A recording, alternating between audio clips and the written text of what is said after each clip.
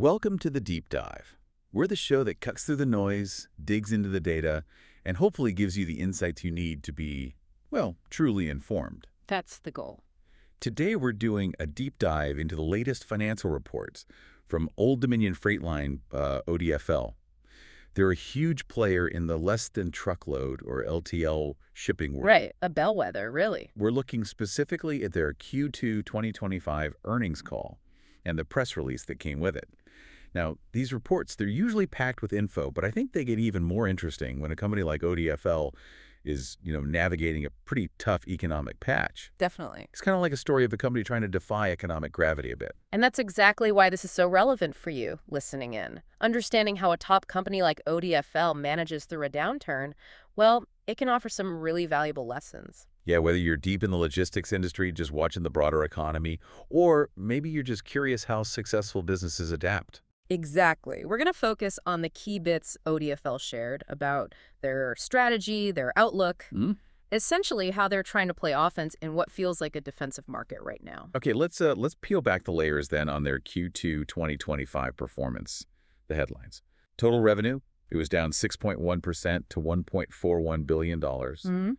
And diluted earnings per share, that came in at $1.27. That's a 14.2% drop from last year. Ouch. Yeah, and the operating ratio, that also ticked up, increased by 270 basis points to 74.6%. Now look, on the surface, those numbers, they might sound, pretty concerning. They certainly grab your attention. But like we said, the story behind them, that's where it gets really fascinating. You're absolutely right. I mean, this performance, it clearly mirrors the ongoing softness in the domestic economy. ODFL really emphasized that on their call. Yeah, they did.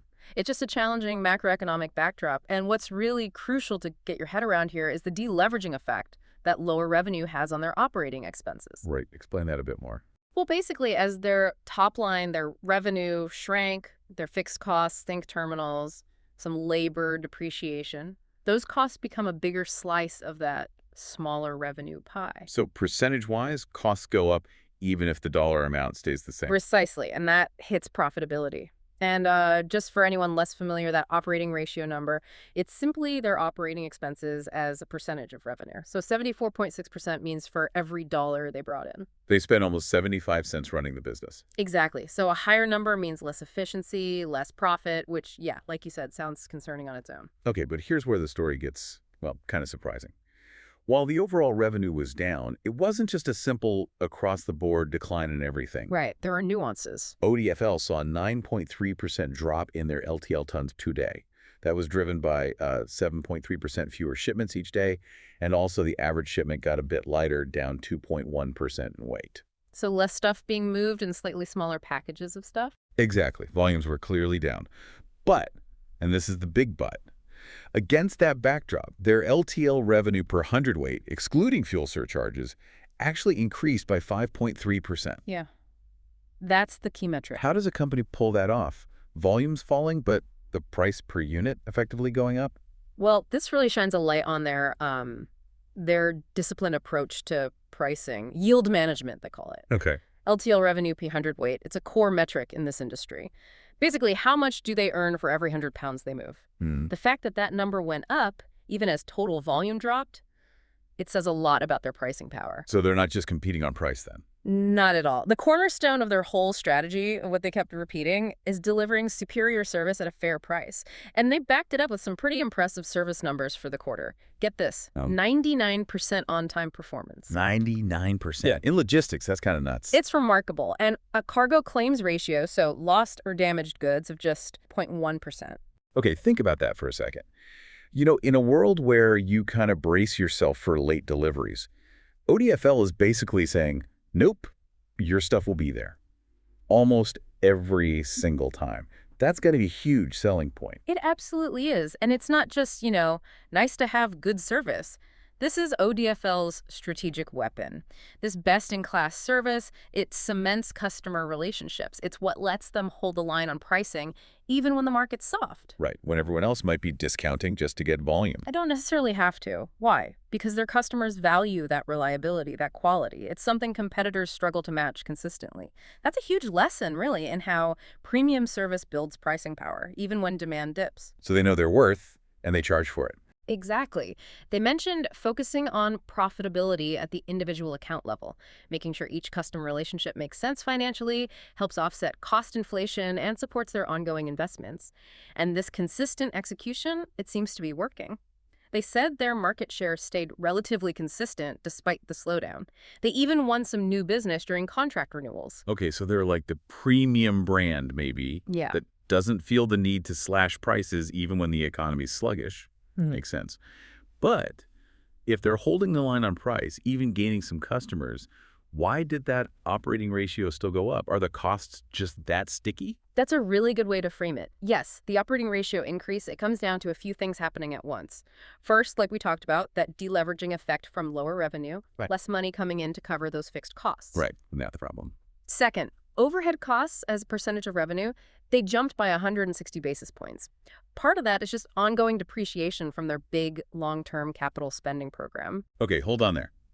Investing that heavily in a downturn. Spending big on expansion when volumes are actually down. That feels a bit counterintuitive for some companies. What's the thinking there? Well, that's exactly their strategy. They call it investing through the cycle. They're making significant investments. For 2025, they expect to spend around $450 million.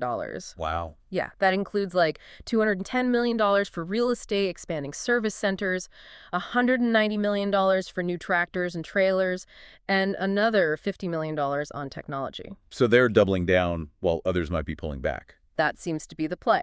They're likely seeing it as a chance to build out and modernize their network, maybe get ahead of the competition, so they're perfectly positioned when the economy eventually turns up. Okay, strategic patience. Mhm. Got it. What else drove up costs? Third thing was direct operating costs also rose. They specifically called out higher expenses from group health and dental plans. Benefits costs keep climbing. Yeah, that's a common pressure point. And you touched on it, it's just plain harder to operate efficiently when you lose what they call operating density. Fewer shipments moving through the network means it's tougher to fill trucks completely, tougher to utilize those big service centers efficiently. So less density means higher cost per item moved. Basically, yes. Though they emphasize they're focusing on controlling everything they can control. And interestingly, another factor, maybe smaller, is they've been selling off some of their older trucks and trailers to right-size the fleet a bit. Taking some, quote, losses on those sales hits their miscellaneous expenses line. Okay, so a mix of factors pushing that operating ratio higher despite the pricing strength. Now, ODFL themselves admitted this challenging environment has stuck around longer than anticipated. What are they seeing right now, like in current trends? And what's their outlook? Yeah, they gave some July numbers. Revenue per day was down 5.1% compared to July of 24, and LTL tons per day were down 8.5%, so still showing declines year over year. However, they did point out that the sequential change, so how things changed from June to July, was actually a little bit better than normal seasonality might suggest. Tons per day typically drop around 3% from June to July. This year, it was closer to 2%, so maybe a tiny green shoot, or at least not getting worse as fast. Okay. A slight positive sign, maybe? Yeah. What about the next quarter, Q3? For the third quarter, they're guiding for the operating ratio to increase again, somewhere between 80 and 120 basis points compared to Q2. That's actually a bit worse than their usual seasonal change between Q2 and Q3. Why worse than normal? They put it down to a few things. Expecting revenue to be pretty flat sequentially, a wage increase scheduled for September 1st, and just continued pressure from those fringe benefits and overhead costs we talked about. So the short-term picture, it still looks pretty challenging. Still some headwinds there. But what about the bigger picture? Are there longer-term trends they're betting on? Yeah. Things that could, turn the tide for the industry? Oh, absolutely. Despite these near-term issues, they sounded really confident about the long-term demand trends. They see e-commerce continuing to shrink average shipment sizes. Right. More smaller packages. Exactly.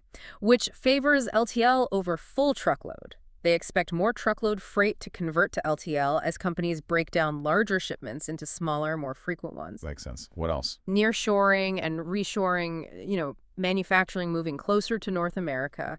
That could create more domestic freight movements, both inbound materials and outbound finished goods. Interesting potential catalyst there. And higher interest rates. While tough in some ways, they make companies really sensitive to inventory costs.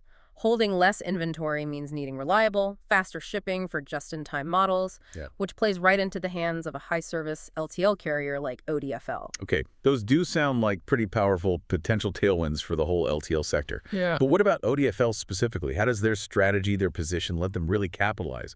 Are they seeing weaknesses elsewhere? They definitely believe their strategy puts them in the driver's seat. All that consistent investment in capacity, the service centers, the fleet, the people, they think it sets them apart. They even mentioned hearing anecdotally about competitors struggling sometimes with consistent pickups. Ah, so service issues popping up elsewhere. Seems like it. Yeah. Leading some customers to call ODFL more often, they sounded very confident that they can grab significant market share when the economy does pick up steam again. They pointed to past cycles, like 2014 and 2018, where their tonnage growth massively outpaced the market average by like 1,000 to 1,200 basis points. Wow, that's substantial outperformance. It really is. It shows how their model can accelerate when conditions improve. And beyond their own operations, what about the wider economy?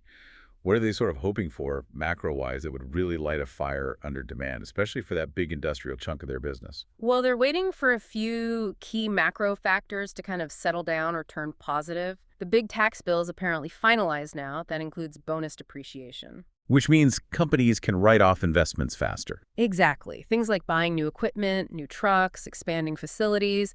That write-off incentivizes businesses to invest, which, is great news for freight volumes. More investment usually means more stuff needs moving. Okay, that could help.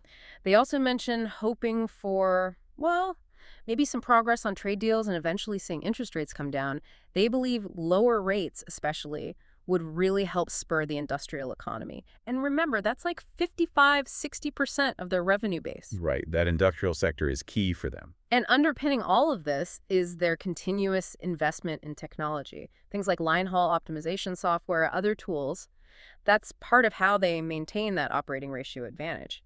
They pointed out their OR is typically around 1,500 basis points better than the industry average. That's a massive efficiency gap. 1,500 basis points, that's huge. So technology is a big part of their secret sauce, too. Definitely part of the equation. Okay, so wrapping this up, what does all this really mean for you, our listener? We've looked at a company, ODFL, operating in a tough economy. They're managing costs carefully, yes, but crucially, they're maintaining pricing discipline because their service is just that good, and they're investing heavily for the long haul. This isn't just about trucks and boxes. It's a really powerful example of how building, an actual reputation for excellence can give pretty much any business real pricing power, even when times are tough. Yeah. ODFL is betting big on the future, taking some calculated risks now so they're ready to boom when the economy turns. It really does feel like a masterclass in playing the long game. It really does. And I think this deep dive reveals a pretty fundamental principle. Lasting value isn't just created by reacting to economic cycles. It's built by continuously investing in your core strengths, your capabilities, your customer relationships, even if it means some short-term pain on the cost side. Right. Investing when it's hard, not just when it's easy. Exactly. And that kind of raises an important question, maybe something for you to think about. In your own field, whatever that might be, what are the long-term investments you could be making today? Things that might create a little short-term discomfort, maybe hit the budget now, but could position you uniquely for opportunities down the road, especially when the broader environment finally starts to shift.